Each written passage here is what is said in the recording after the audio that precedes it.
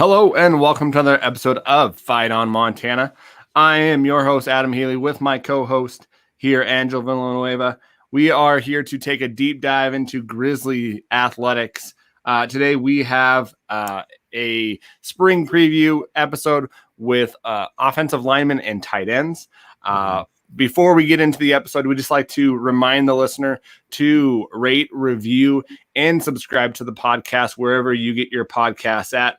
You can pretty much find our podcast wherever you get your podcasts at. And also find us online at our Twitter at Fight on Montana, also our Facebook page at Fight on Montana, and also Instagram at Fight on Montana. Hey, Angel, how you doing, man? Adam, what's up, brother? How you doing? Not too bad, not too bad. I'm ready for some spring football, man. Oh, man, I'm excited, man. First of all, what a weird time it is just in general, but at the same time, oh, my God, football's back. It is. Things are starting to open up. The weather's getting better. I think it's supposed to be in the 60s this week. I'm super excited about it. Folks, get your vitamin D. Get out in the sun. Go do stuff and come out to the games, man. So it's an exciting time. It's an interesting time.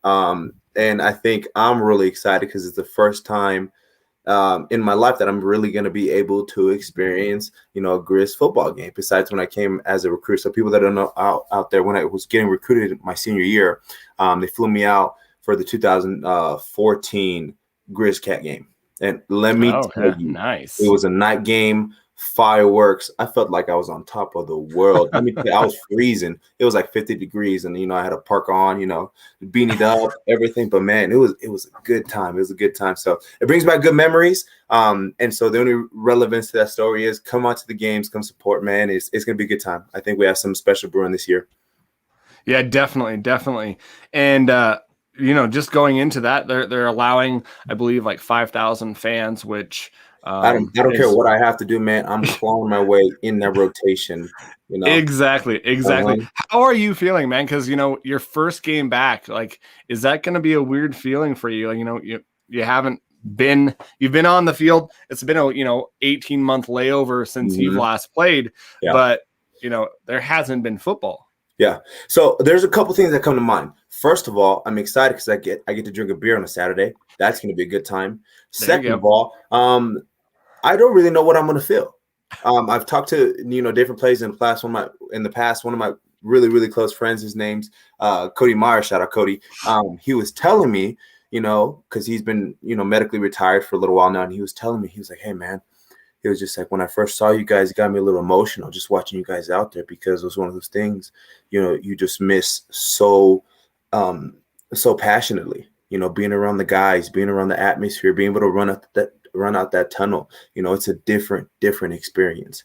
And so because of that, I'm sitting here thinking, I was like, "Oh, well, I hope I don't get emotional. I want to be emotional in front of everybody." But at the same time, it's like, man, this was a huge part of my life. Yeah. And if I'm being realistic, due to a big part of injury, it forced me to put myself in a position where I unfortunately had to step away from the game. It wasn't my initial kind of dreams. Obviously, being a kid, you think about, I want to make it to NFL. I want to do something extremely special and really rare in that realm. And so because of that, it was like, okay, how can I do it? How can I do it? And I sacrificed my body. And it got to a point where I might have overdone it a little bit. And because of that, I ended up paying for it and not being able to pursue it at the next level. But let me tell you this, I'm so grateful. I think there was a plan set in place for me for this life. And I think I'm following it, and I'm going through with it, and I'm just going to keep it pushing, take it day by day, man. So to answer your question, I don't know how I'm going to feel. I'm excited about it. There's going to be some beautiful moments, and I'm just ready to kind of soak it in, just kind of like the last game as a senior. You never really know what's going to come. But when it comes, you kind of sit yourself down and you're like, man, I'm going to cherish so much of this and keep it with me wherever I go, whether that be in a professional career or whether that just be on a day-to-day lifestyle. Yeah. Amen with that, man. So, hey, last episode, we mentioned that Coach Cox was leaving the program. We didn't know where. We didn't know where. So we do know he's going to Kent State. It's going to be the same position. It's going to be cornerbacks coach. So, we offer him, the great job out there, and we wish him the best. We don't. I don't blame him for taking a D1 job. up in the FBS level to kind of get his career going, other than, the FCS level. So you can't fault him for doing that. So, what's funny, I think some people might be able to relate to this if they're, a collegiate athlete. Coach Cox was a little younger than a lot of other coaches. And so because of that, I think him being closer to my age than he was some of the guys on the coaching staff, it's a different type of relation. It's a great relationship, don't get me wrong, but it's just a different type of understanding of each other, because he, grew up relatively a closer era of my style of football, as opposed to, traditional old school, an old head. Let's just call him that. And so because of that, it's such an interesting relationship. He's a great man. He's someone that inspired me. He was always instantly, as soon as he stepped on campus, he was just somebody that you can go to, somebody that you can talk to. And I think that's a big thing, being able to have players that really appreciate you as a man outside of the coaching realm. I think that's absolutely huge, and that's exactly who it was. And so I wish nothing but the best for him. We're going to miss him. And so, Coach, if you listen to this, we need to get a beer soon. So. Yeah, amen. Well, it has to be, as a player, kind of nice to have a coach that isn't too far removed from the situation that the players are hitting. Not to say that these older coaches are not aware of it, but times change and circumstances change. The world changes, even with like social media, it changes. So it's nice to have some coaches on there that has some one youngster in them or whatever. So definitely. Exactly. So, hey, man, what's that? Oh, nothing. I just said it's an exciting time for him. So I'm excited for him. Exactly. So, hey, we're going to go into the offensive line. That's where we're going to head right now. Obviously, we're losing two big offensive lines with Cy Sermon, center, and also yourself, Angel. That's what we're losing up front with experience. Going into this, I was going through kind of some of the experience that we have. We do have some experience. We have with just offensive tackles, we have two seniors. Offensive guards, we have two seniors, and then offensive line. Sorry, I'm kind of jumbled up here. I have a question for you, Angel, because they have offensive tackle, offensive guard, and then offensive line. Do you know why they jumble up that roster like that? First of all, and is it just somewhere where they have that offensive line where those players there are kind of versatile in that area, so they don't know where to put them yet? Well, a lot of people don't understand this, but I was a terrible tackle, but I was a pretty decent guard. Okay. And the only reason I know that is because a couple of times early on in my career, they threw me out of tackle, man. I was getting blown by, bro. Let me tell you. So it was a rough situation. And so after that one practice where I got put out a little bit of tackle, coach came back. He was like, "Yeah, we're gonna keep you inside. We're gonna keep you inside." I said, "Great choice. Awesome. That's where it's supposed to be." So and it's one of those things from an outsider's perspective. If you haven't really played that position, you don't know why it's such a different, ball game stepping out there on the edge as opposed to the interior, one of the interior guys, center and guard. But let me tell you, man, it's a whole new position in my books. One of the things that's so unique about the offensive line position in general is that playing offensive line it's a top sport. It's a top position. There's a lot of teaching that goes on in the realm of football, but when it comes to specifically offensive line, from start to finish, it's all learned. You think about receivers. A lot of receivers know how to run. There's certain qualities that they possess. Running really fast, know how to cut on a dime. Quarterbacks, they've probably been throwing for a long, long, long time. But when it comes to offensive line position, you don't see very many kids just stomping their feet, back and forth, trying to block somebody, at a young age. So when people transition and make that move from high school to college, it's a whole new world to them, And so that's why maybe some guys are just able to manhandle some people at the high school level. But when it comes to bringing in technique against guys your size, it's a whole different game.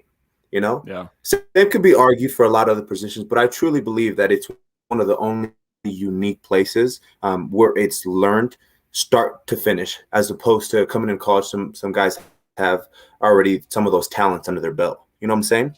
Yeah, definitely. And it's just kind of interesting how they Yeah. kind of group these guys because, you have your offensive tackles, you have your offensive guards, then you've got, Mm-hmm. eight, roughly nine other guys where they've labeled them offensive line. And, a Mm-hmm. big portion of those guys seven of them are freshmen. And then one junior, Skylar Martin.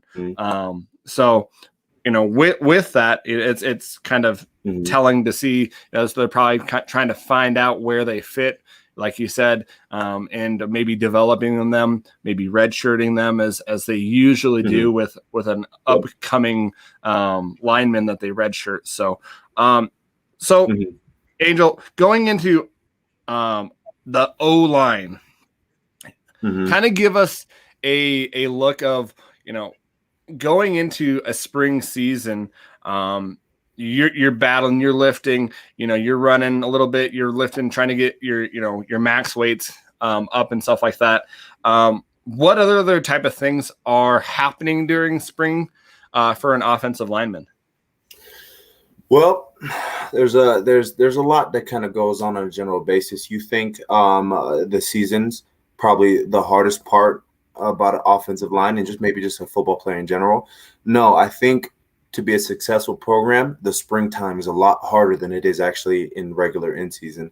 And a big part of that is because of the training. It's really one of the times in the year where it's a whole year before another season comes around. So it's the time to really push the players into developing into the strongest, the fastest, the meatiest sons of guns out there. And so because of that, there's a lot that goes into, their dietary habits. There's a lot that goes into the workout habits. You have winter conditioning on top of normal conditioning, on top of lifting every single day. And you're not lifting, kitty weights, in the football world. You're throwing up some numbers. You're really destroying your body on a consistent basis. And with that becomes a lot of rehab work as well. So a lot of people see, well, your season's over. You get some time off.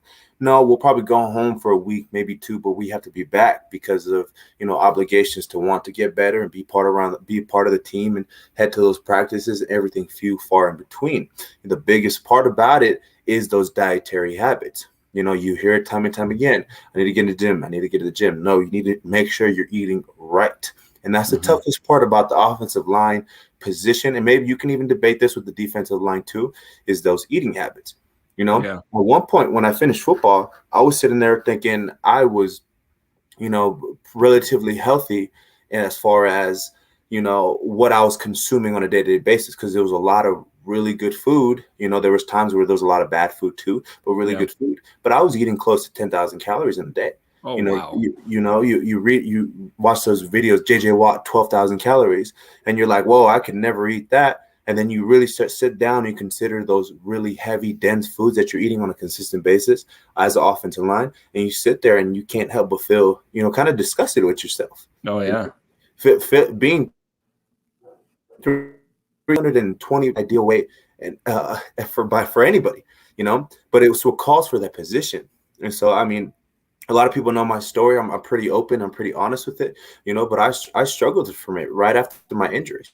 So for people that don't know, I have nerve damage that runs down my right leg. It's kind of a fun fact that I like to tell people that I played my senior season essentially with a peg. That's kind of like the joke that I kind of throw around. But because of it, it's permanent.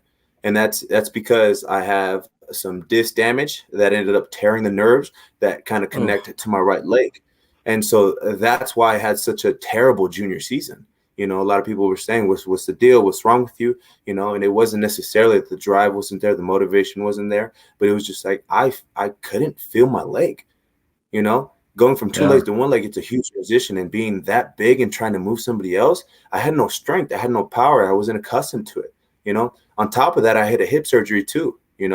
On my bone, it looked like a hook that basically was tearing up everything that was in my leg. And so because of that, I ended up having like an 8-hour surgery because there was so much crap in that one area that I ended up started bleeding really aggressively. So it took a longer time to get in there and fix it and repair it. So I'm just grateful I had, a great team kind of behind me to be able to help out with that. But even then, it was one of those things, it was supposed to be both things relatively on a smaller scale when it comes to the sports world, but it took me well over a year to get adjusted to it. And so because of that, like I told you, the dream was always NFL. The dream was always pursuing something bigger, especially where I'm from. I was like, okay, it's this or nothing, and that's where you get into that conversation of, a lot of people only have a plan A. They don't have a plan B because that means that there's self-doubt. But in my case, I kind of wish that I did have a little bit of a plan B, because leaving football was one of the toughest things I ever had to do. And in that process, I got really down on myself, and I got to a point where I was aggressively eating. I'm talking about every single meal. I was going to try to eat fast food. I was going to, make myself really terrible meals for myself because I felt, for whatever reason, comfort in that at the time. Everybody has a little vice. Mine was food. It got to a point where I was 350 pounds, damn near, 2 pounds maybe shy of that. But still, you got to a point, where on top of that, having one leg and that constant back pain and not being able to pick up, and it was months. I was so used to working out so aggressively and so hard that for the first about 2-3 months, they were like, yeah, you can't pick up anything over 5 pounds. Really? Wow. Yeah, anything over 5 pounds, you're going to re-mess yourself up, and you're going to put yourself in an even more crippling state. Wow. And I said, so literally for 2 months, I was kind of bedridden, kind of taking it really slow, go on small walks, if anything like that. And then kind of the feeling sorry for myself set in, and it got to a point where like, man, I'm really digging myself a hole. Shout out Coach Nicholson. He's at Illinois State now. Yep. He was a huge factor and a huge support in kind of, that transitioning to be able to be a successful player that last year. But I was in his office every single day. And one of the things that he told another player, he said, hey, you can either crawl yourself out of the hole that you've dug yourself into, or keep digging it deeper because you feel sorry for yourself. Because of that, I really took it to heart, and I was like, you know what? That's not going to be me. It's where I sat down. I had that real deep reflection, and I said, hey, you know what? How do I want to end my career? Because I'm going to finish it, but it just depends how I want to finish it. I took it upon myself. I dropped over, almost 50 pounds. I was, before the season started, I was about 299, 300, 302. And I got to a point where maybe I finished at around 310, just because I realized I needed to be a couple pounds heavier to be able to really move some guys. It was that sweet spot. But, and it just kind of transitioned into that. So the eating habits are really intense, and then you hear that line, you are what you eat, because you really are. You're eating fatty burgers all the time and fries all the time. You're not going to be an optimal athlete. No. And so those young guys that are listening right now, take your nutrition seriously. It is 85% of the battle. I promise you won't regret it. That last year was the proudest year, and it's the one that I'm least regrettable about. I'm not regrettable about any of the years, but if I was, that would be one year that I'm not. Because of my decisions as a young man and transitioning, having support staff, being engaged, being attentive, being there, half the battle. Well, and Angel, I got two questions, or two kind of realms going off of that eating habit area that you're talking about. So, one's about the roster, and then one's about mental health. So quickly, I'll go to the roster one, and then we can go back into the mental health one. 100%. So they had posted on Go Griz the weights actually of the offensive linemen, and you can go down here and you can see some huge weights. Dylan Cook added 21 pounds, Colton Kynes 13 pounds, Colin Beaver 15 pounds, Tyler Ganong, I'm going to say his name. Ganong, Ganong, 8 pounds. Sorry, Tyler. You have Cordell and Moses that lost weight. Skylar Martin added 11 pounds. Now, is that necessary weight? I know that it's probably necessary weight going into a season, because you're going to probably lose some of that weight with some of the activity and stuff that you're going to be doing, and it's going to be kind of that weight's not necessarily like, it might be muscle, but it also might be a little bit of weight that protects your body as well. Is that accurate? Yeah, 100%. You look at it, it's fluff. Some of it is fluff. You see those guys. That's why there's very few guys. There's a lot of guys, but there's very interesting in general that are 325 pounds that look, just shredded.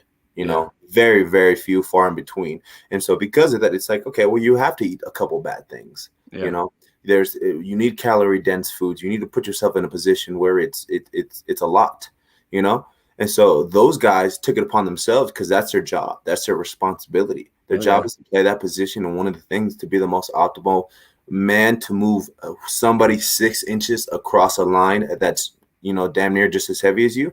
That's what it requires. You got to eat some stuff that's really calorie dense and put yourself in a position to succeed. And on top of that, those guys are some of the most dedicated people I've come to know. I think you can say that a lot about football players, but when it comes to offensive line specifically, the way that they take this not even just seriously, but really to heart. I remember talking to Beeve when he was a freshman, and he was telling me, he was like, man, I'm struggling to put on that weight. How do I do it? How do I do it? So I remember just trying to give him as much advice as I could, because I'm one of those guys that I can gain weight like nothing, but I can't lose it for anything. And so just having that discussion of, okay, well, let's try this, because he really wanted to be a good football player. He came in, I think might have been under 220, 220 some change, to see what he's transitioned to, this monster of a guy that has an opportunity to play at the next level. Goodness gracious. You look at Mo that came in at what, 360, 370, maybe? Oh, yeah. Yeah. You think about his transformation and how athletic he is as a young man. It's absolutely incredible. You think about Skylar Martin, he's always – Skylar Martin, the thing about that is that he's the best sixth man that you'll ever want on your team. Yep. Yep. I trust Skylar with my life. I'd be willing to go war with him 10 out of 10 times, and just kind of going down the line. I always think he's like the utility knife too, because you could put him anywhere and he'll just do it. And that's rare. And that's anywhere. I actually had a conversation with Coach Shan, a long time ago, early on in my career, and I said, hey, what's really the biggest difference between, or a big difference between, college and NFL guys? It was just like, well, the thing is, if you want to really have an opportunity, you got to be versatile in the NFL. Yep, move around. You got to be playing left guard, right guard, left tackle, center, move up and down the field. If they transition to tight end, you better be the best damn tight end to ever walk this field. So those guys are really taking it seriously, man. And it's just awesome to say that I know them, because I think they're great men that take this really extremely seriously to heart, and that they're ready, to really showcase what they can do, because they've earned it. They worked hard. All of them have incredible stories. We'll get into that. We'll have them on the podcast. So make sure you guys are staying consistent, with listening to us, because we have some awesome stories. And they're going to be real. They're going to be gringy. And they're going to get really down to the mud about some of the, the harshness and the realities of what it's like to be a student athlete. Because, Adam, we put on this persona that shows in the world that we're this strong, this capable, this perfect son of a gun, when in reality where there's a lot of struggle that plays into it, and that we want to. I think there's some that we want to, and I think a lot of people can agree with this, to at least share, to let people know, hey, you're not alone in feeling like this. Yeah, well, let's go into that, because I always I call it the silent killer.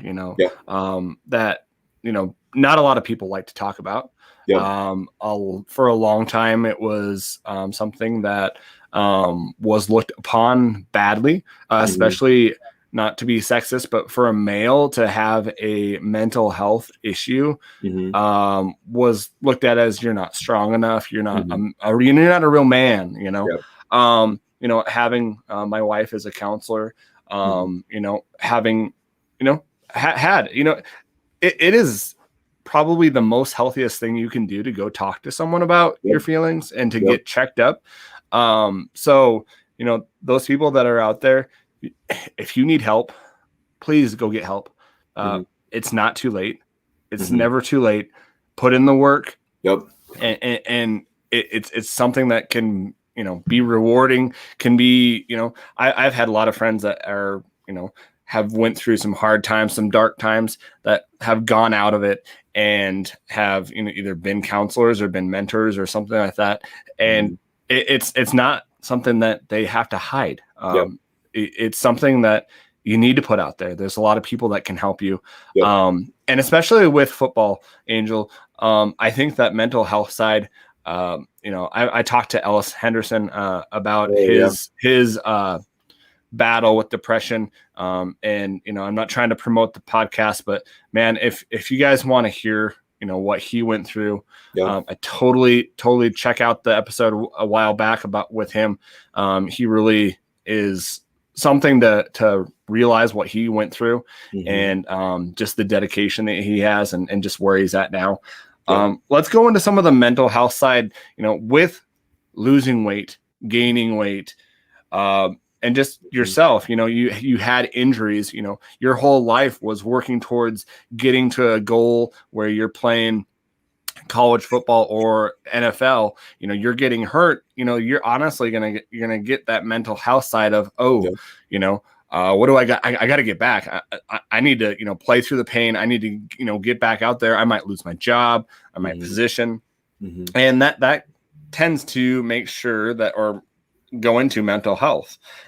So let's go into what kind of issues were you dealing with, Angel? Yeah, man, and I'm extremely comfortable. So if anybody wants to talk off the podcast and just shoot me a private message and just have this conversation of some experiences or maybe some resources, I'd love to just be able to be a resource in that type of way for anybody. It doesn't matter who you are, whether a collegiate athlete or just a normal person that struggles with their day-to-day life. I'd love to be able to be a resource.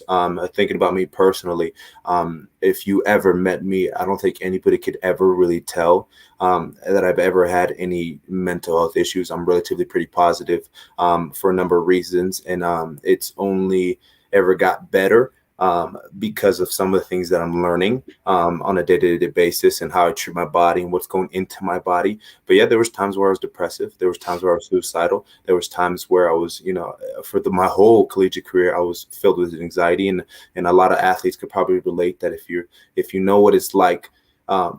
And this is a small example, but just to potentially be late for early morning workout, that anxiety is consistent, it's constant, it's all day long. It eats at your soul, it eats at your heart. I remember when I was a student athlete that we'd have an early morning workout. I'd get up, go get it done, come home, eat breakfast, get a class, and then if I had a 30-minute, 45-minute gap, I would race home and crawl back in bed. And I'd exhaust every minute to be in bed because I was so not hateful, but just so anxiety driven and depressed to get back to the real world. And at one point it was just like, okay, this is what it is.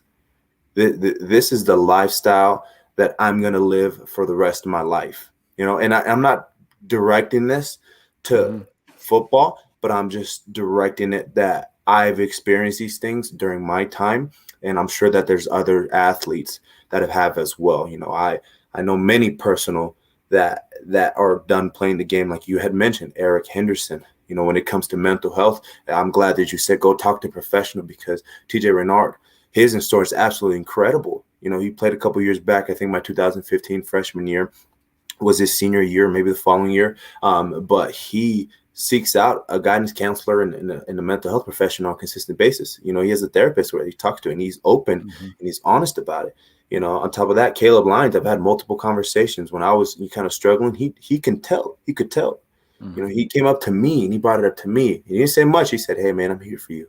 Shout out Caleb Lyons, by the way. I know he was out in Miami enjoying himself the other day. Yeah, man, he's phenomenal, man. It's on my heart. I think about those types of people all the time. So I implore you, go reach out to somebody, go talk to somebody, go be that person for somebody else, And so because of that, I've struggled with it on a personal basis, and it's really just, I've heard this quote one time, and I heard a couple that actually kind of stick out, and one of them that happiness is a job. Finding happiness on a consistent basis, it's a job.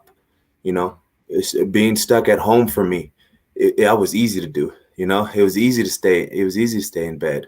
And just kind of sit there and sulk in it. But it was hard to get out of bed and go, find something that's purposeful. I think a guy that I listen to pretty frequently, he has said to find what makes you to find happiness is a luxury, but to find what's meaningful is a responsibility. And I think for a long time, I was trying to find out what was meaningful to me. I was happy to be there. I was grateful for the opportunity to be, a first generation graduate, but at the same time, it took me a while to find out the meaning and the purpose behind why I was there, Yeah. And so once I figured that out, it took me a little while. Some people find it a lot sooner. Some people find it a lot later. Some people don't ever find it, but once I found it, it changed my perspective on what I was doing for myself and with myself. I made sure to get out of bed and stay out of bed. I made sure to go get that sunlight, go get on walks, go do yoga on the weekends, go, take some days for yourself, whatever I needed to do, make those sacrifices. And that's why I always say that was the proudest year of my life, because it truly changed my life for the better. And I still practice those habits on a daily basis. And I'm talking about it with people all the time, And so if you guys need any tips, I'm no expert.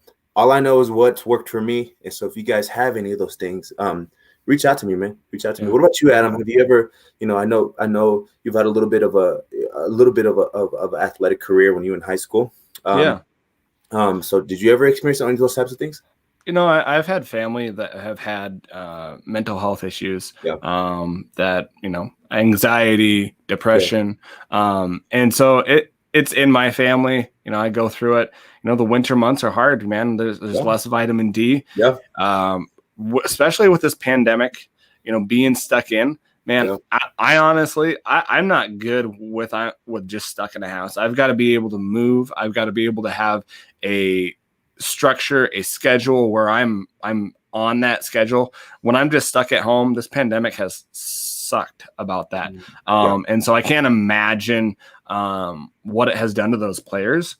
Not having that structure, not having just anybody like those players basically were on an island, stuck in their house. Even those basketball players this year. They had basketball, but they didn't even, like, some of the freshmen this year, they commented on a show that they don't even know what Missoula's like. But think about that. Think about being stuck in your room, because a lot of people say they're stuck in their house, but imagine being stuck in your room. Like, you can't leave the room.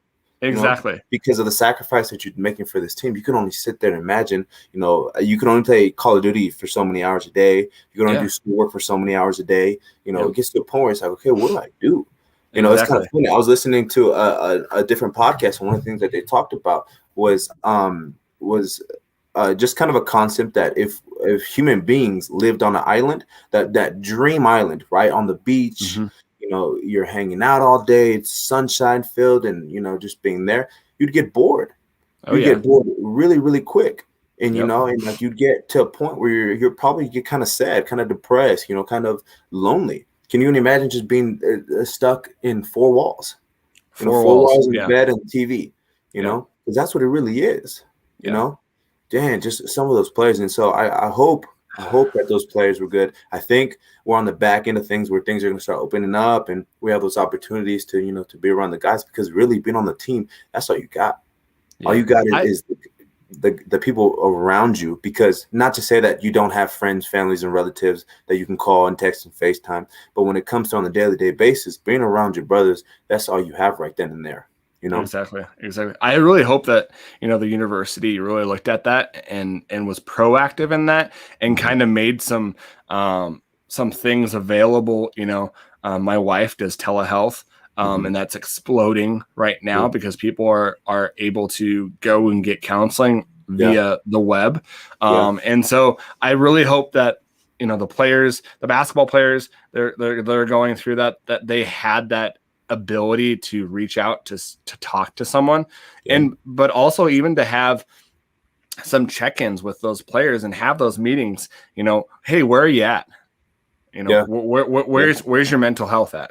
I do also think that there's some great resources out there that the university partners up with, and I just hope that the players are taking advantage of it. If that is something that they're struggling with, I can only speak from my perspective and know that I've struggled with it. So I would just hope that if anybody else, look into the resource that you have on campus, look into the resource that you have at your job, or just in the community in general. There's places out there that are willing to help, that have services that you can take advantage of that are even free. So it's just shout out to those businesses. And so Yeah, and like I said, if you guys have any questions about that, just reach out to me. It's something that I'm extremely passionate about, that I'm never going to stop being an advocate for, and that I want to, as this podcast grows and gets to a point where where we're talking about some real conversations and real, kind of hard to talk topics. I want to be an advocate for it, I want to stand up for it, and so if anybody else has anything to say about it, I'd love to hear your opinions on it.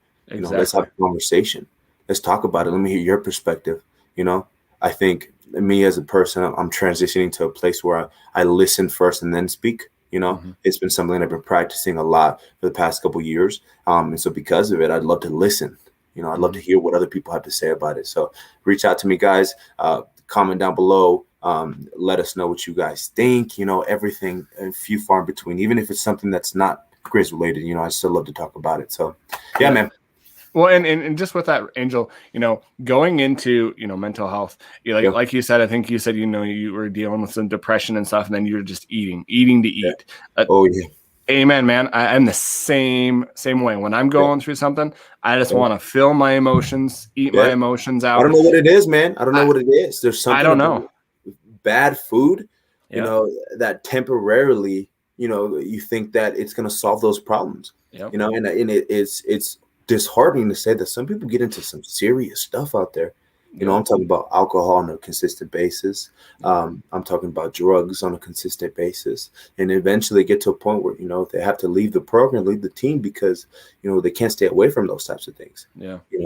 And whether it be antidepressants, whether it be, Percocets from an injury, those are real conversations that we need to be having, because it's a strong reality, Like I said, I mean, I've been fortunate enough that I never have to experience that. I don't have an addictive personality like that. But if you do out there, I can only imagine, the struggle is on a day-to-day basis to look at it and say, hey, you know what? I don't want to, but I'm so sad, I'm so depressed that I feel like I need to, And so it's a sad reality of not even just athletes, but it's a sad reality of people in general.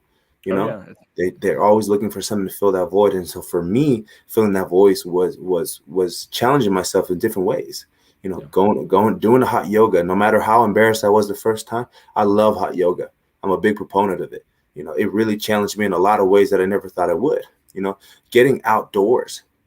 I've never been an outdoorsy person. I'm from Los Angeles. I'm from Los Angeles, and I'm out here hiking the woods like I belong there. I'm climbing trees, trying to be a bear or something. I don't know what I'm doing out there. Yeah. So it's one of those things, man, like challenging myself, making sure that I'm busy, that I do stuff, that I talk to people, that I'm an advocate for it. It puts it at the forefront. So there's nothing that I need to feel that I need to hide when it comes to my part of the program. When I was a student athlete, I felt it was my responsibility to hold back some of those conversations, simply because I didn't think it was the right time or place. I was scared a little bit. I didn't know the repercussions of potentially speaking out about this. And I think that's something that I regret. I wish I would have said something else. I wish I would have realized what I was going through, because at first I was like, man, what the hell is wrong with me? What is going on? Why is my days dark and gray? You probably feel like that, but there's probably 20 other people that are going through it, man. Yeah. And so that's one of the things. It was like, first of all, it was realizing, but it took me a long time to realize, and once it got there, it was just like, okay, well, I'm in a better place now. I don't feel like I need to talk about it anymore, but I wish I would have, but one thing that I'm extremely proud of is that I don't think any guys on the teams that I've been with can ever say that I wasn't present, that I wasn't there, that I wasn't somebody that they knew that they couldn't come to. And so all those young athletes out there, I'm imploring you, be that guy. Exactly. I promise you, 10 out of 10 times that will go so much farther. And being progressive about this issue, that will go so much farther, as teaching you what it is to be a leader. Because sometimes a leader isn't the loudest guy in the room. Sometimes a leader even isn't the guy that's most athletic or the top dog. There's a lot of leaders out there that I consider extremely, extremely grateful for, that didn't have those some of those more important roles, but man, they were a team player, and and they knew who they are. I express my gratitude towards them all the time. It's just one of those things, man. I've been fortunate to be around some really, really incredible young men, and women for that part too. I have plenty of friends from other sports that I call all the time, that I'm there for, and that they're there for me. So Yeah, reach out, talk to somebody, players, Exactly. talk to your teammates, talk to your coaches. At the end of the day, I'm sure that they want what's best for you, and I Yeah. know that they're going to be there for you. You just got to be willing to take that step. And if you see something that's kind of out of whack, don't be afraid to go talk to that person. Yeah. Always be that guy. Always be the guy. It's kind of funny growing up, where I grew up. I don't know if it's just my dad thing or if it's a Mexican thing or whatever it is, man. But my dad was obsessed with like knowing his neighbors, and my grandpa was kind of the same way. My uncles are kind of the same way, so that's why I said I don't know where that comes from. I don't know if that's a stereotype. But man, he got it to a point where he knew everybody first and last name.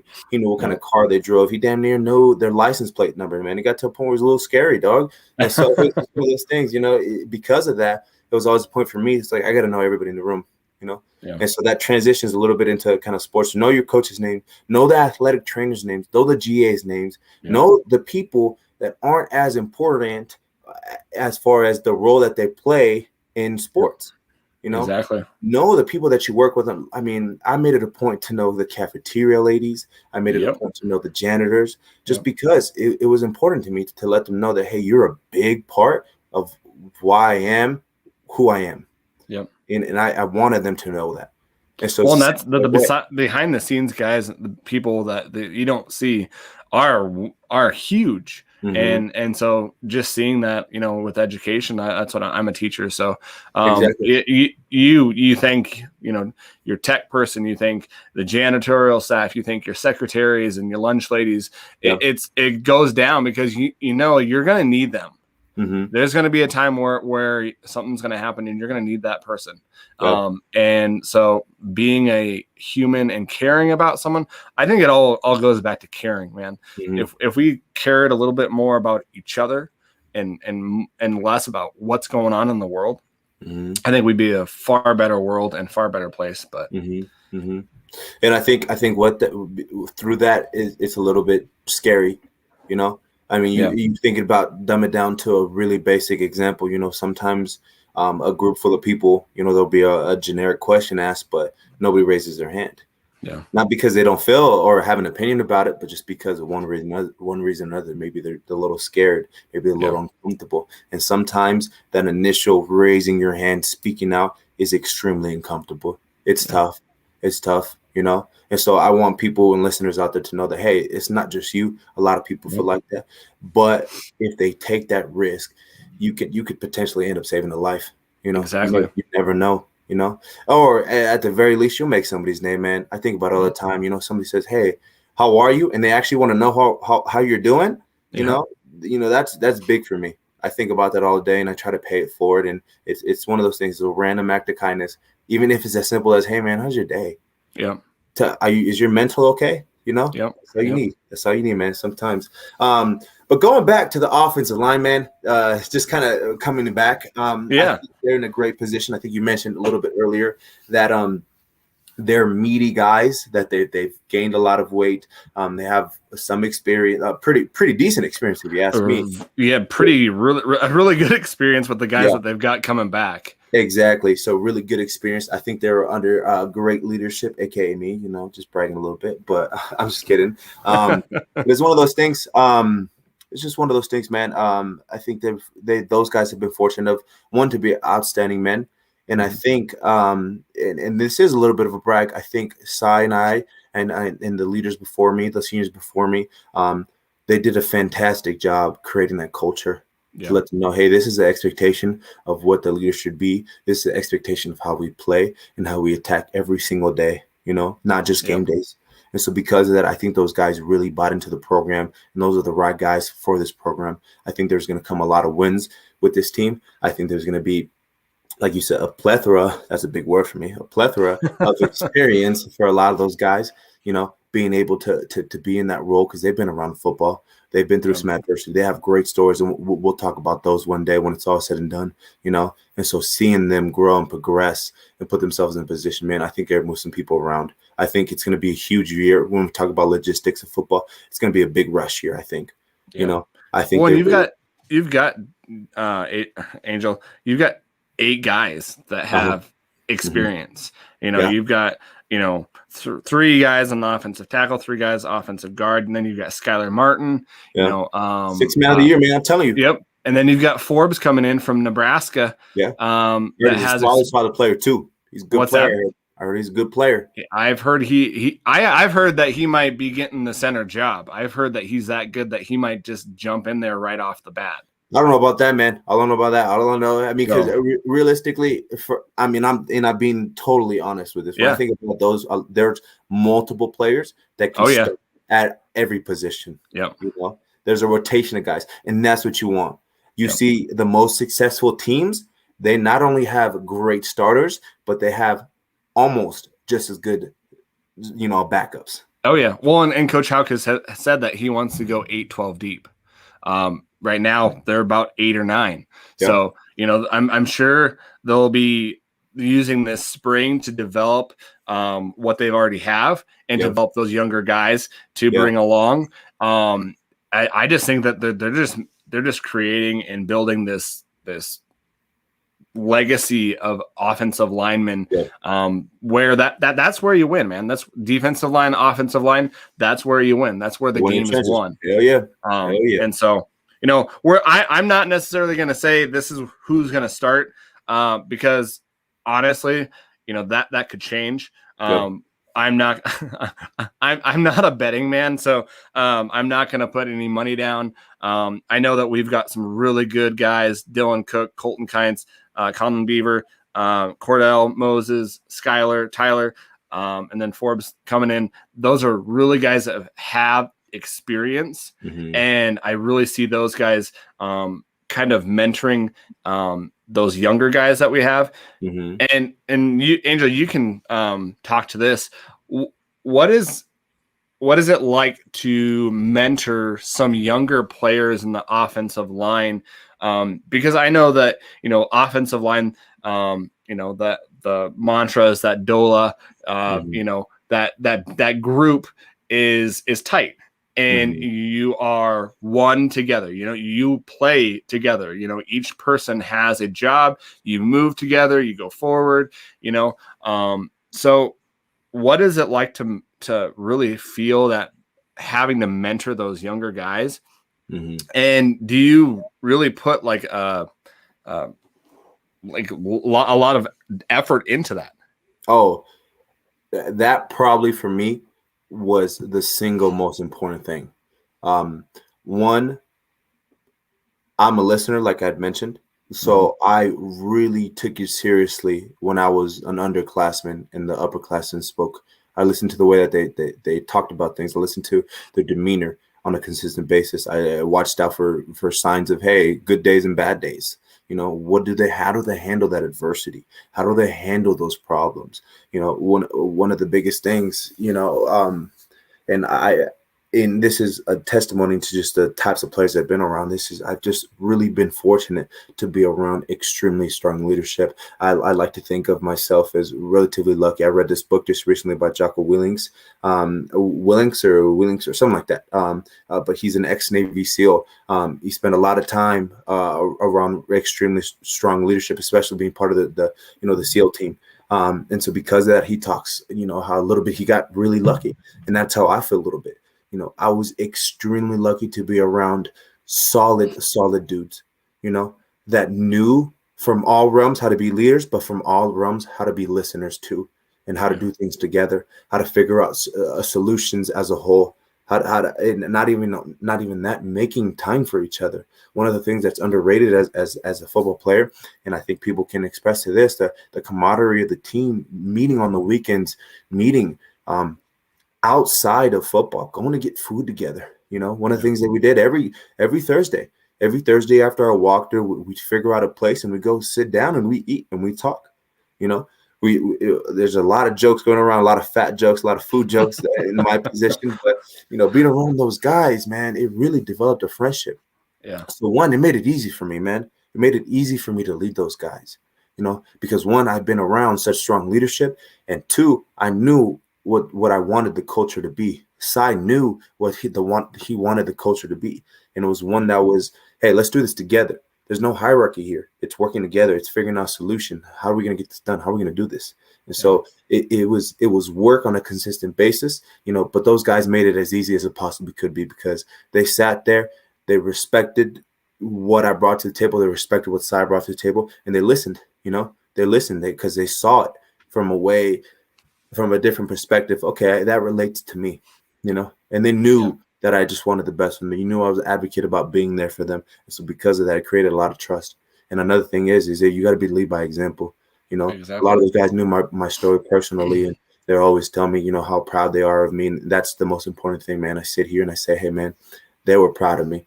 They were proud of me, and they know what I went through. And it's just like, man, I don't care. I don't care about anything else. Any accolades that I've ever accumulated over my athletic career in high school and in college, and the different things the great things that I've done, the fact that they saw me as a guy that they could trust, and that they kind of, let me lead them a little bit in a lot of ways. I think that's one of the most humbling things, dude. Really, truly one of the most humbling things, being around those guys. And so it takes a lot of effort, man. But when you're around good guys that are selfless like that, it makes it enjoyable, and it makes it fun. I mean, you think about even coaches too; they love coaching those guys, and so. But I can say that consistently around all the guys on the team. Well, when it comes down to offensive line, do you think that honestly every athlete, every person even is going to face adversity? 100%. Just no matter where you're at in your life, if you're not facing adversity, you're running from it, and you're not going to be successful. And so, going as an athlete, do you think that offensive linemen face more adversity, or do you think just athletes in general just face adversity, and there's no more adversity that each position plays? It's that kind of you kind of generalize that question to just people in general. Everybody has their own struggles, some worse than others, some better than others, but they all have their struggles in their own way. And so it's the same exact thing when it comes to the positions. Offensive line deal with a different set of problems that maybe a cornerback might face, but you don't know where they're from. You don't know their stories. You don't know the reasons why they're there and their goals and their aspirations. One of the most disheartening things is that some guys realize early in the career that, hey, you know what, that big NFL start that I was going to be, that's not going to be the case. Yeah. And it's tough to accept the fact that, hey, you know what, maybe I wasn't meant to be this big shining superstar. And it's kind of a punch in the throat, punch in the face. Because it's like they've worked so hard to build themselves up, but it gets to a point where it's like sometimes you just don't have it.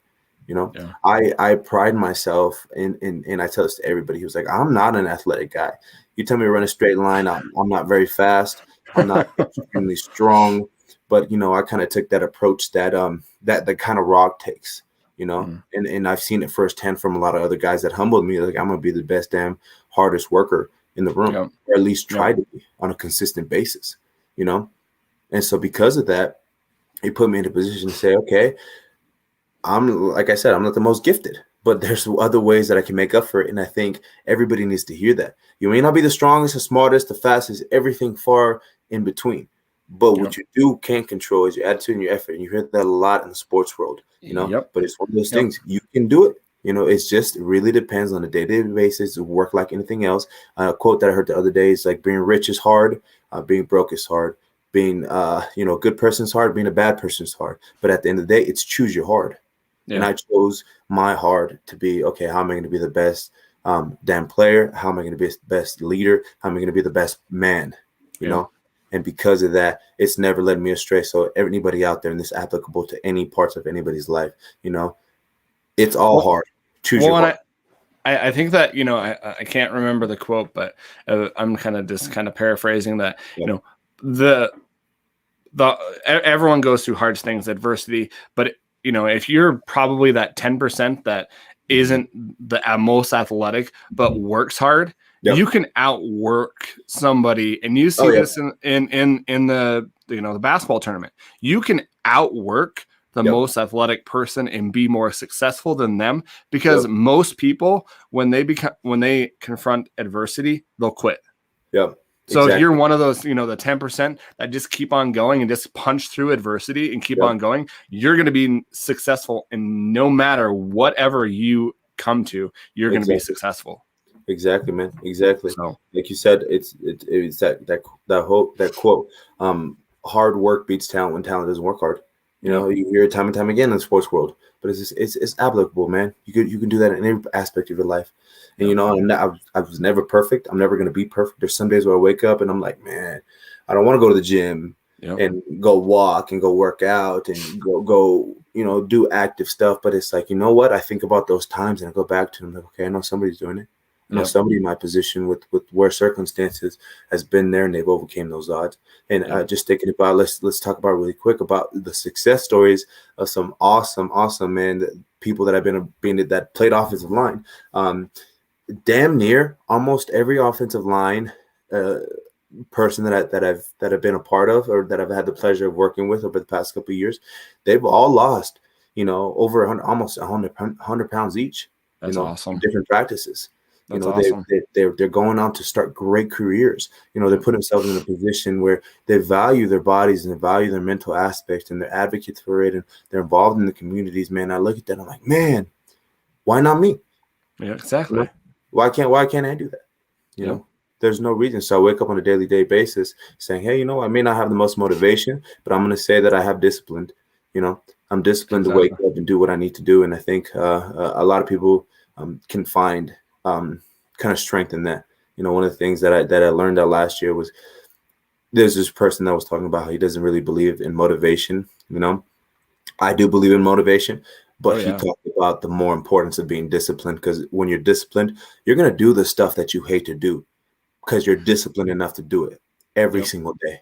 And I was just like, man, it's uncomfortable. It's hard. Choose your heart. And I chose that to be my heart, Yep. I tell my students every day, you're not going to quit. You're going to show some grit. And we say that every day. I'm not going to quit. I'm going to show some grit because life's hard, and you can complain about it all you want. But if you're going to complain about it, you're not going to be successful. You're going to have you're going to have depression no matter what. And it's not going to. And so, I was taught as a young kid, you start something, you finish it, you work hard. And, that's gotten me to where I am. I wasn't the most athletic. I love sports. I love playing sports. I was not going to be a college athlete. I was not going to be an NFL athlete. But I outworked people. That's what I did. And so, I know that some listeners wanted to talk about adversity and also talk about some of the rules and some of the things that players go through in season. And so I know Angel and I both wanted to kind of give some time to that and because we want to hear from the listener what you guys want to hear. We're here for you guys. And so, I know that came up. And so let's just talk about that, Angel. We've kind of went over adversity. But what were some of the rules that, as a former athlete, that you guys had to, abide by, partying in the, college campus is there. It's just going to be there. What were some of the things that you saw? Well, that's really a loaded question because there's a lot of temptation, and I think that's that's pretty applicable across anybody. Anybody can sit there and say, hey, you know what? There was temptations in college to do X, Y, Z, and as a football player, those same temptations are there. We're not made of steel. We're a lot of guys. We're big dummies. We're extremely intelligent in a lot of ways, but actually big dummies in a lot of other ways too. We're kids.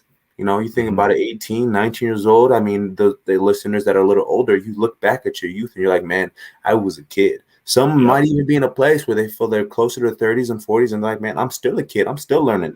I haven't got there yet, man. I'm waiting for the day where it clicks, but it hasn't, And that's what I pride myself. I tell everybody, I don't know nothing about nothing. Like I think Joe Rogan says all the time, I don't know anything, So I'm kind of the same exact way. That's a big reason why I listen. But let's just get real. I mean, there's no question about it. There's a lot of drinking, Excuse me. You're on a campus. Yeah, you have the freedom for the first time where mommy and daddy don't have to tell you to come home at 9 o'clock, 10 o'clock. You're surrounded, by women all day long. They're surrounded by quote unquote the boys, so those temptations are there to go out, to go party, to go chase after some of those temptations, to go get into things that you probably shouldn't. Let's just get really honest about it. And some guys can't handle that. They don't know how to handle that. It gets to the point where they're destructive drinking. They're not even going out to have a good time. They're just really chasing after something, find some type of satisfaction, man. And it's just that's way too apparent. So those temptations are there. But so that's why it's great that those coaches have those rules. Like, hey, you, and they may be dumb rules and they're pretty logical. Hey, no downtown, no downtown during the season. Don't go out. Stay home, stay together, go watch football together. And so that's why they encourage getting together as a group. And that's why we did it majorly, because we spend so much time focusing on football. Let me just walk you through a normal day for me. Yeah, definitely, man. And I think this will provide some great perspective. Some guys were up earlier than others because they had to gain weight. So they were up at 4:30, making meals. And then from there, driving to facility in Missoula, Montana during the wintertime is a rough drive. But luckily, you don't have crazy bad weather during the season, which is awesome. We have actually relatively beautiful, weather. So you get there really early in the morning. You have a 5:45 lift. But the thing is, as far as when Nicholson was there, it was be there 15 minutes early rolling out in the morning. So you'd be there early. So you'd have to be leaving at your house latest, 5:05. Latest, you're pushing it there, Get dressed. Some guys would be eating. And after that, go roll out, go have, go work out for a couple hours. After that, depending on how you set your schedule up, you'd go to class all day. You'd have little portions of time where you're like, okay, do I have enough time to go home and take a nap because I'm exhausted for the weeks and weeks of doing this, Yeah. So you're trying to find ways on top of that. There's mandatory study hall hours that you have to follow on a weekly basis. So some guys will try to sprinkle that in during the day. Other guys will try to do it at the end of the day. And then after that, you get to a point where I think it was 2:00 when our meeting started. And so you leave your 1:00 class after class was done at 2:00, go all the way to meetings, sit at meetings for, however long it was, start at practice 3:30. I think it was around 3:30. Luckily with Houck, they were relatively decent, not crazy long. They were about 2 hours of practice, 2 hours and 15 to, maybe a little longer than that. But with Stitt, they were 3.5 hour practice. Oh, really? The thing is, the intensity levels was brought down a lot when I was playing for Stitt, but just standing around, moving around like that for 3.5 hours, it gets exhausting, Oh yeah. And so after that, you'd have to rush the food too because it closed at a certain time. After get some food, and then after that, some guys would be like, you know what, I need to go to study hall.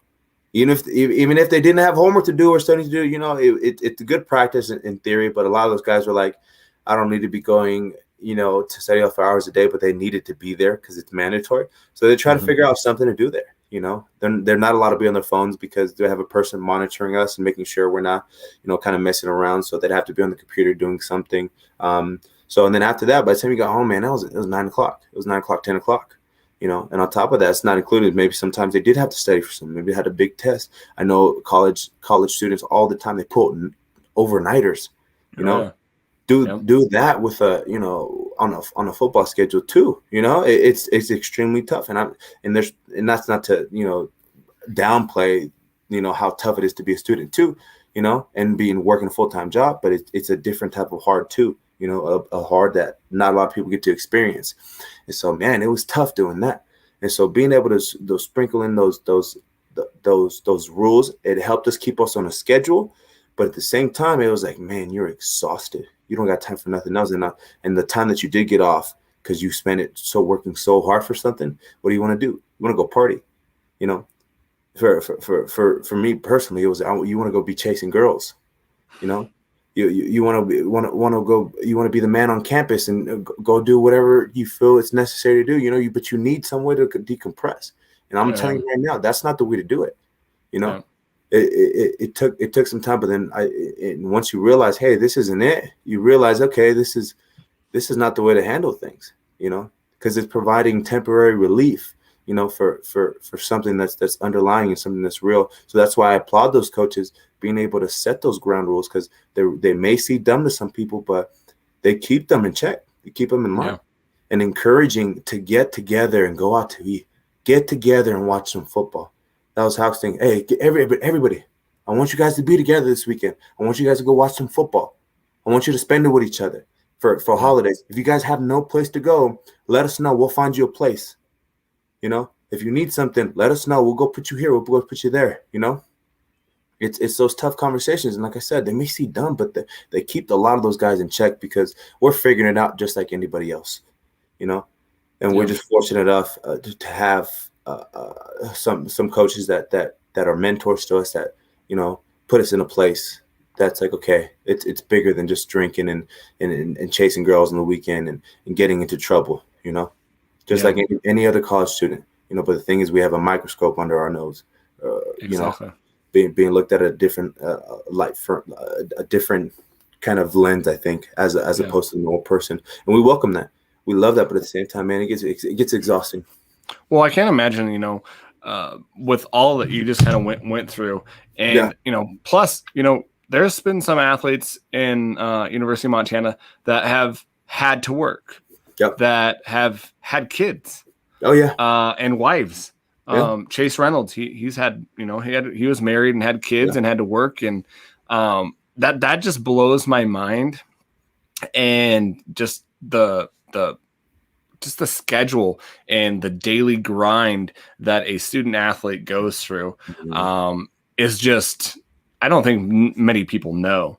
And then you look at, okay, well, these bigger schools, they have meal plans, like the Alabama and Ohio State. They have meal plans. They don't have to really, they get their food whenever they want.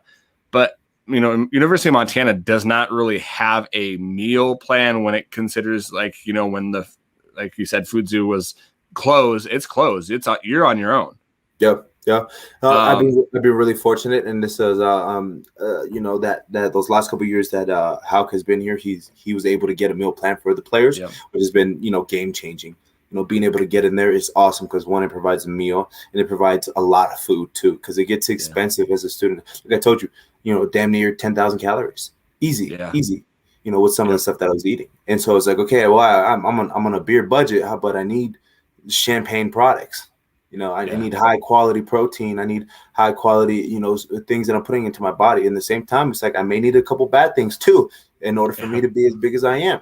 I'm not advocating for that. I think you should try to be as clean as you can. But realistically, it's easy to go down the street, get a McDonald's burger for $1.50, as opposed to spending time and money and resources, on a nice steak or a nice chicken breast, quality stuff. It can get pricey too, especially if you want it to taste pretty decent too. So it's just one of those things, man. It's just like there's a lot that goes into it, but I've been fortunate enough to see both ends of the spectrum. I've been fortunate enough to see, kind of the transitioning of what it was and how it's progressing. And it's like, it's awesome to see. Like I said, just the simple fact that we have a Food Zoo meal plan, it's awesome.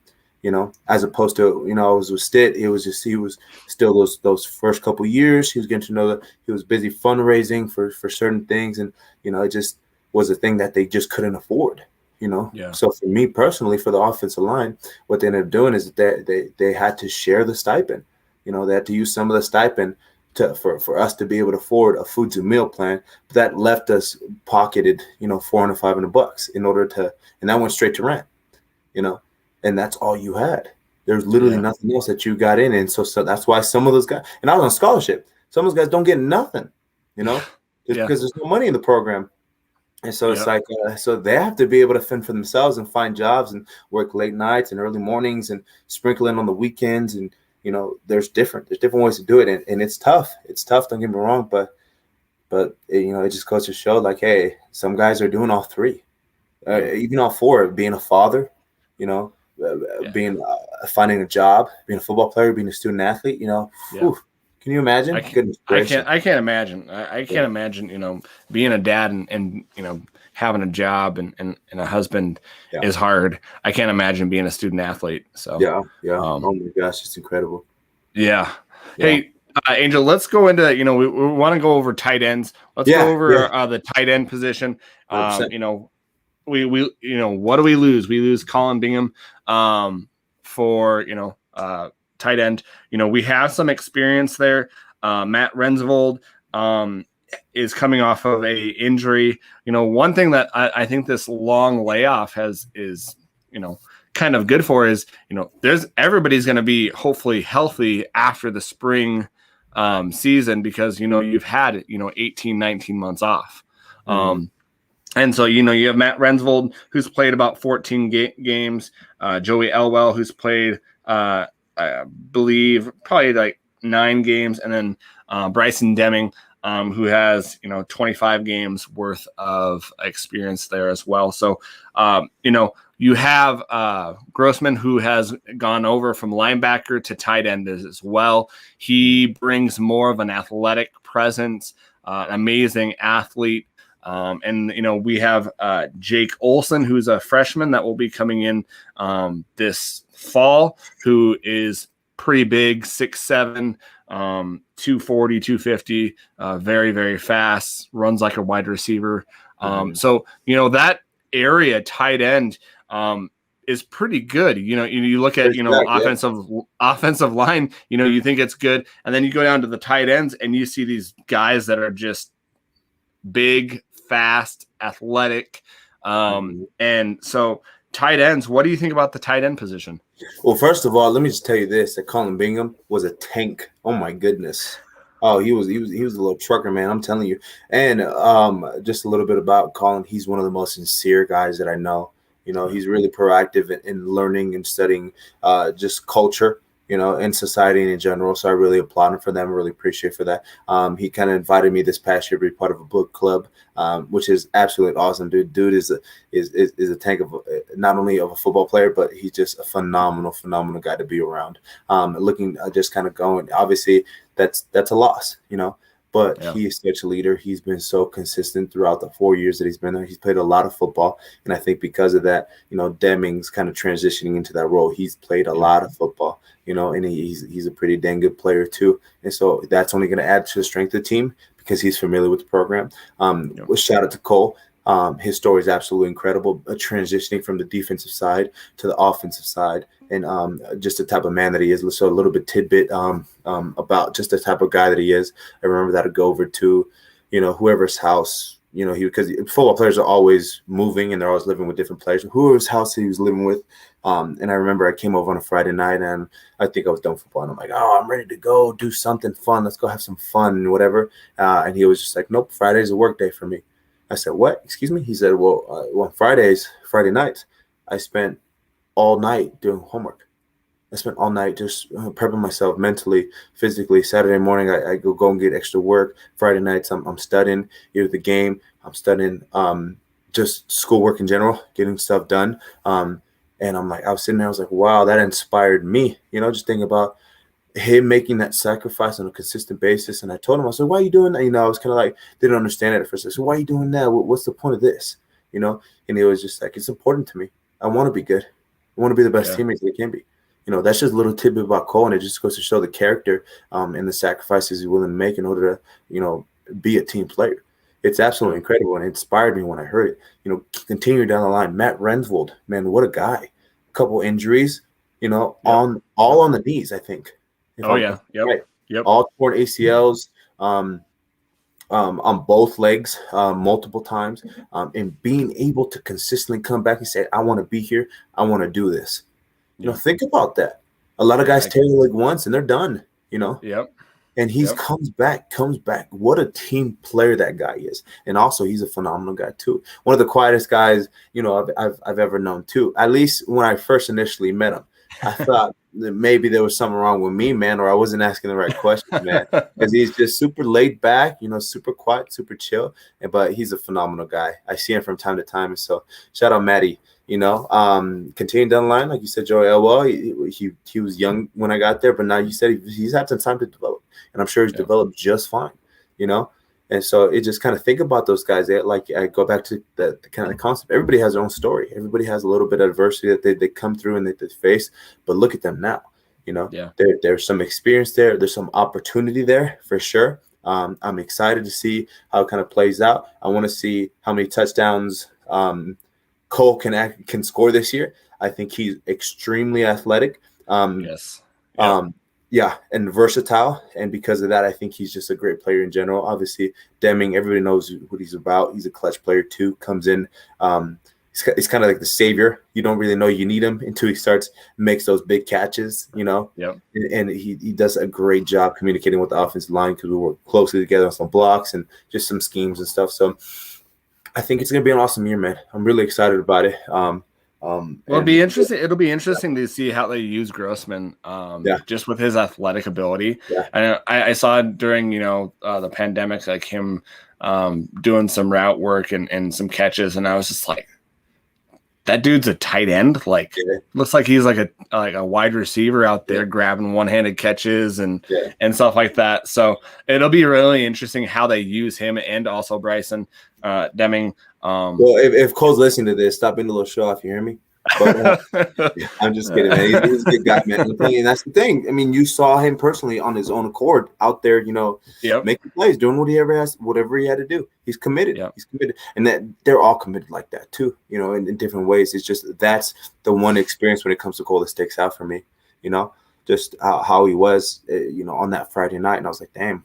Okay, I need to step up my game, And so, what can I do to stay in on a Friday night, So yeah, no, it's pretty awesome. And like you said, man, it's one of those things. I think they're in the right place where they lean on each other. They have some great, leadership in Cole, and they have some great leadership in Deming and Rensvold, and they all have incredible stories to, so if you guys ever get a chance to listen to those stories or ask them about those stories, I'm sure they'd be more than willing to, kind of share the 2 cents on it, and hopefully down the road, once they're kind of done with their collegiate career, then come back and they can tell some, funny stories about some of the experience that they've been through or some of the hardships that they faced as a football players and, some of the stigmas that may be associated with just football in general. So shout out those guys. I wish them the best, Yeah, exactly. And yeah, in 2 weeks we'll have some football, man. Oh, 2 weeks. I am ready. Goodness ready. Gracious. I'm gonna go running on the field myself. Who knows? In the middle of the game. Exactly. Start running around. Yeah. No, dude, it's gonna be a good time. It's extremely, extremely exciting time because I feel like we get 2 seasons in 1 year. Which is super, super awesome. I mean, I'm gonna take it full advantage of being there, and being even being a resource for the team if I can be. I have no problem sitting there and going to Houck and say, hey man, how can I help to ensure the success? Even if it's just hey, you know what, just text the players, see if they're okay. All right, you got it. And it's like I see great things for the program. And I'm just excited to see it kind of unfold. I think it's about a time. I'm coming in a little early on it, but I think it's about time that we get a ring. It sounds nice. Obviously, that's in the fall, but I think it's about time where the pieces are together, and so we're gonna see how they play out. And so I know those guys are ready to run through a wall, man. So there's a lot of testosterone in those rooms. So I'm glad I'm not there anymore. So I think we have a lot of good talent, a lot of good leadership. Mm-hmm. I think you put it together. It'll be really interesting too, Angel, to see these teams that are playing the spring ball right now, the 6 games or the 8 games, how they transition from that into a summer workout and then back into fall to see the difference between a team that hasn't and a team that has, to see the injuries. I know Cal Poly has left the season for the spring because they've had they were down to 49 guys out of their 110, I believe. And so I don't know how bad those injuries are, but man, if you think, over almost half your team is out on injury, where are you going to be in the fall? Yeah. Man, you said, I don't know, man. It's the game of football is so interesting because there's so much that plays into it.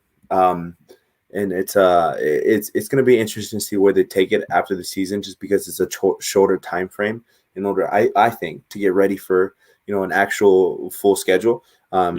So I mean, I'm praying, I'm hoping on both ends of the spectrum that it's healthy, it's a safe game, it's a fun game, and it really just puts us in position just to continue to grow. Exactly. Yeah. And those coaches will find, man, they'll find something to yell about on those Sunday. Oh yeah. Sunday morning, man. So they'll be okay. They'll figure out things to work on for sure. You think it's the perfect game? It's not. So it's not. Yeah.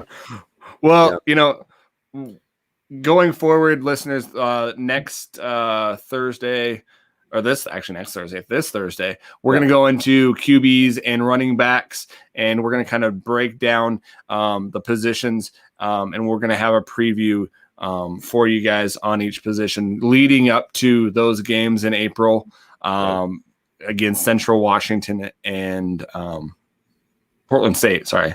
I wanted to say Sac State for some reason. That's so weird. Portland State. Yeah. And so that's what we're headed towards. Make sure that you get a hold of us. If you want to hear something, guys, we are here for you guys. We want to hear from you. Get in and hook with us on our platforms, our Instagram at Fight On Montana, Twitter at Fight On Montana, our Facebook page at Fight On Montana. Make sure you subscribe to the podcast, leave us a review, hit those awesome 5 stars, and we will check you out next time. Yep. Next week, man. Be there. All right. All right.